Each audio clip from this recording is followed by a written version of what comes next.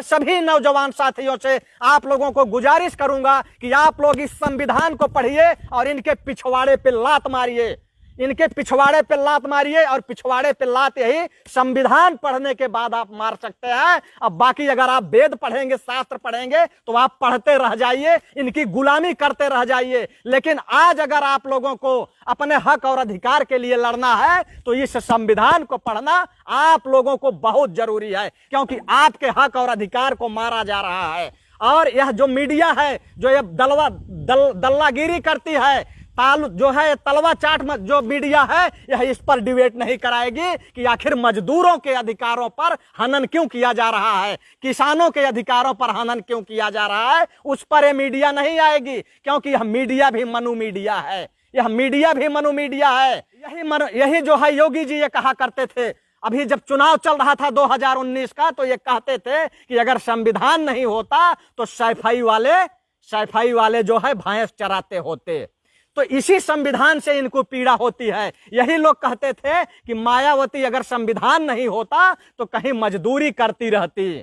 तो इसी संविधान से इनको पीड़ा होती है कि यह जो संविधान है इसको पढ़ के लोग अपने हक और अधिकार की बात करते हैं। क्योंकि बाबा साहब अम्बेडकर ने कहा था कि मैं तुमको यह संविधान की एक ऐसी ताकत दे रहा हूं, ऐसी ताकत दे रहा हूं कि राजा बनने के लिए रानी के पेट की जरूरत नहीं है, सिर्फ वोट की जरूरत है। और वह वोट की ताकत जो है इन लोगों ने ईवीएम में कन्वर्ट कर दिया। आज जो बैलेट पेपर से वोट होते थे उसको ईवीएम में कन्वर्ट कर दिया, जो कि जबरदस्ती ये लोग सरकार बनाते हैं। क्योंकि आज बात संविधान की है, आज बात संविधान की है। यह देश संविधान से चलता है, लेकिन इस संविधान को निष्क्रिय करने के लिए तरह तरह के अध्यादेश लाए जाते हैं और तरह तरह के कानून बनाए जाते हैं, जिससे कि आपका ये लगातार शोषण करते रहें। और शोषण आपका हो रहा है। लेकिन योगी जी को मैं ये बताना चाहता हूं कि योगी जी, आप जिस तरीके से इस देश के अंदर मनुस्मृति लाना चाहते हैं वह मनुस्मृति आप नहीं ला पाओगे। मैं आपको बताना चाहता हूं कि जब से सरकार बनी है इनकी, आप लगातार देख लीजिए कि किन का शोषण हो रहा है। लगातार पिछड़ों का और दलितों का शोषण हो रहा है।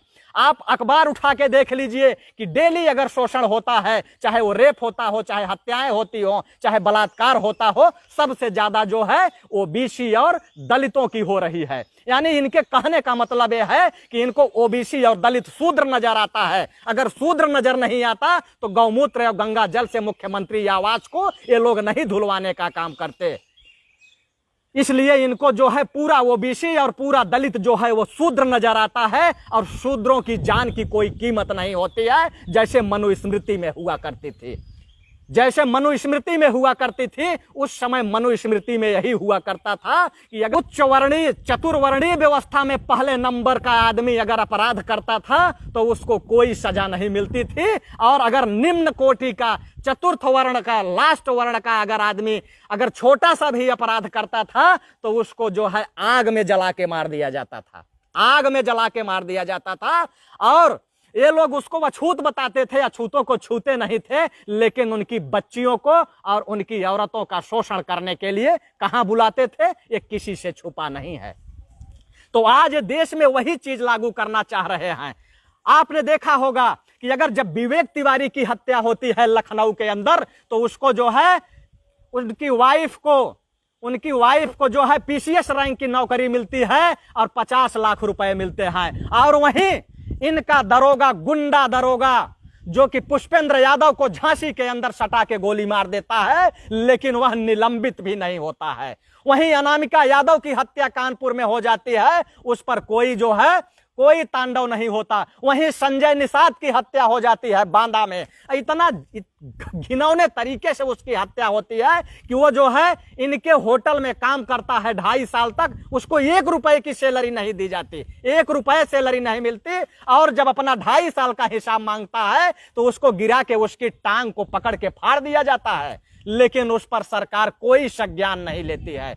यही बदायूं में आपने देखा होगा बृजलाल मौर्य कि पुलिस कस्टडी में उसको पीट पीट के मार दिया जाता है, लेकिन उसको कोई संज्ञान में नहीं लेता है। वहीं आपने रमेश को देखा होगा बनारस में, उसकी हत्या हो जाती है, उससे कोई मतलब नहीं। आज अभी हमारे यहाँ 2 दिन पहले 3 लोगों की गला रेत के हत्या कर दी गई, जिसमें कि 2 महिलाएं थी और 1 पुरुष।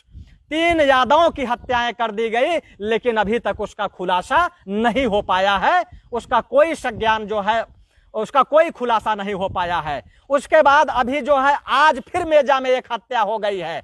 आज मेजा में एक फिर हत्या हो गई है, कुशवाहा की हत्या हो गई है। उसको पत्थर से पीट पीट के कूच कूच के मार दिया गया है। तो इनके जान की कोई कीमत नहीं है, क्योंकि ये शूद्र है इनकी नजर में। तो मैं आप लोगों को ये बताना चाहता हूं मेरे नौजवान साथियों कि आज आप लोगों को संविधान पढ़ने की जरूरत है और अपने शोषण के खिलाफ, जो भी अगर आपका शोषण हो रहा है उसके खिलाफ आपको आवाज उठाने की जरूरत है। अगर आपने आज आवाज नहीं उठाई तो आने वाली पीढ़ी आपकी गुलाम हो जाएगी, क्योंकि आप सिर्फ वोट देते हैं, सिर्फ वोट देते हैं, लेकिन आपको अधिकार नहीं मिलता है। तो आखिर आप वोट क्यों देते हैं?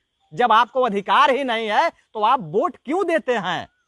हमारे कहने का मतलब है कि आप वोट उनको दीजिए जो बाबा साहब ने कहा है।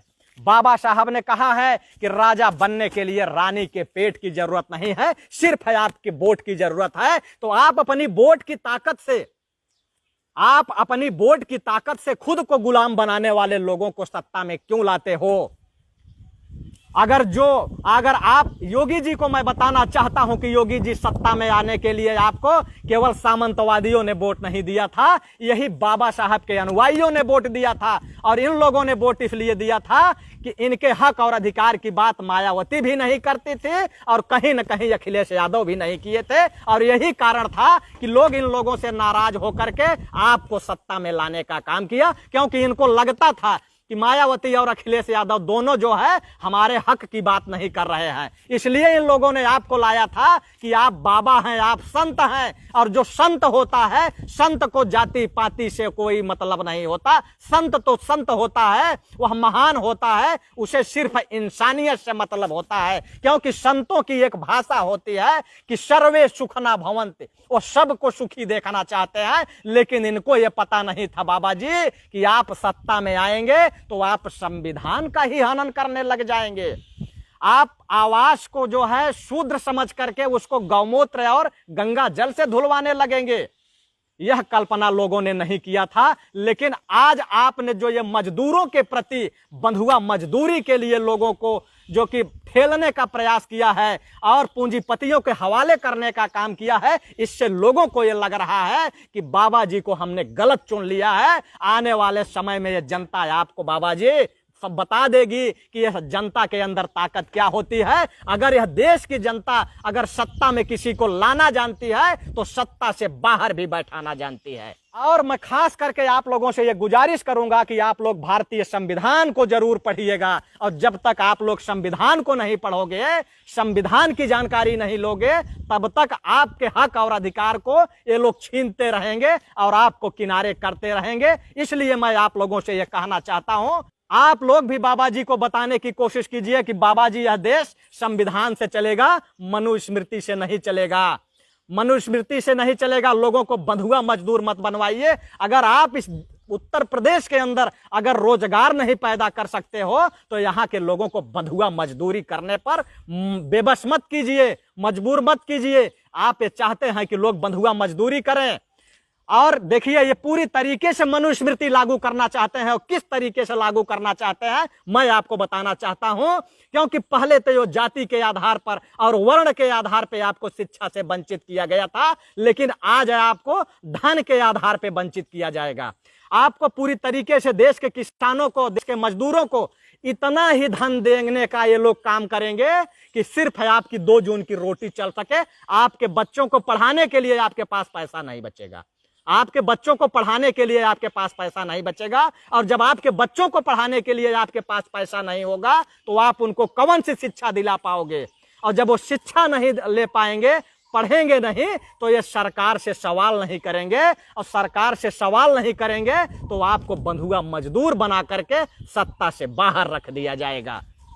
आपको संविधान का क ख का पता नहीं होगा। और ये बाबा साहब द्वारा जो संविधान आपको दिया गया है, ये अलग अलग अध्यादेश लाके, कानून बना के इस संविधान को निष्क्रिय करने की नाकाम कोशिश कर रहे हैं और ये करते रहेंगे।